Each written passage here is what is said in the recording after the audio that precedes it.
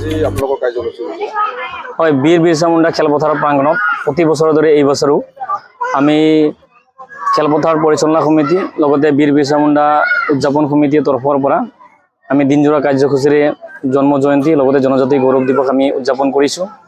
আৰু দিনজোৰা বিভিন্ন খেল ধেমালিৰ লগতে আমাৰ গধূলি সময়ত আমি বঁটা বিতৰণী আৰু মুকলি সভা আমি অনুষ্ঠিত কৰিছোঁ। আমি আমাৰ স্থানীয় বিধায়ক আমাৰ অতুল বৰা ছাৰক আমি আমন্ত্ৰণ জনাইছোঁ। আৰু এইবাৰ আমি বিশেষকৈ 5 দিন আগৰ পৰাই আমি ক্ৰিকেট টুৰ্ণামেণ্ট পাতিছিলোঁ আৰু আজি এই ক্ৰিকেট টুৰ্ণামেণ্টৰ আমি চূড়ান্ত খেলখন আজি অনুষ্ঠিত কৰিম 2 বজাৰ পৰা। গতিকে আমাৰ উদযাপন সমিতিৰ তৰফৰ পৰা আমি প্ৰতিবাৰেই আমি আহ্বান জনাওঁ বা আমি মানে উল্লেখ কৰিছোঁ যে বীৰগৰাকীক আমি যাতে নৱপ্ৰজন্মৰ মাজত যাতে প্ৰসাৰতা লাভ কৰে বা নৱপ্ৰজন্মই যাতে জানক বীৰ বিৰছা মুণ্ডাৰ ত্যাগৰ কথা, দেশপ্ৰেমৰ কথা, তেখেতৰ সাহসৰ কথা। তেখেতে যে অতি কম সময়ৰ বয়সতেই মানে ব্ৰিটিছৰ বিৰুদ্ধে যুদ্ধ ঘোষণা কৰিছিল।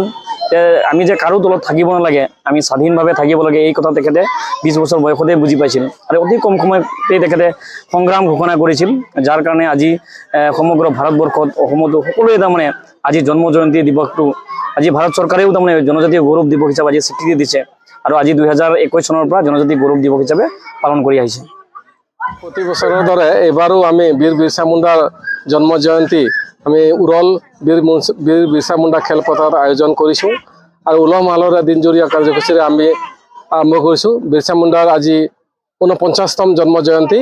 এই জন্ম জয়ন্তী উপলক্ষে প্ৰথম কাৰ্যসূচী হিচাপে আমি শ্বহীদ তৰ্পণ কৰিলোঁ। তাৰপিছত আমি বিৰছা মুণ্ডা দেৱলৈ আমি পুষ্পাঞ্জলি অৰ্পণ কৰিলোঁ। তাৰপিছত আমি খেল ধূল প্ৰতিযোগিতা আৰম্ভ কৰিলোঁ। বিৰছা মুণ্ডা সঁচাকেই আজি এই দিনটো আজি বৰ পবিত্ৰ দিন। এই দিনতেই তেওঁ জন্ম গ্ৰহণ কৰিছিলে আৰু তেওঁ কম বয়সতেই ভাৰতৰ মানে এটা নেতৃত্ব হিচাপে নিজকে স্থাপিত কৰিবৰ কাৰণে সক্ষম হৈছিলে। তেওঁ দেশপ্ৰেম, তেওঁ জাতীয় প্ৰেম আৰু হিচাপে তেওঁ নিজকে গঢ়ি তুলিছিলে আৰু সেই সময়ৰ ব্ৰিটিছৰ বিৰুদ্ধে এক আন্দোলন গঢ়ি তুলিছিলে।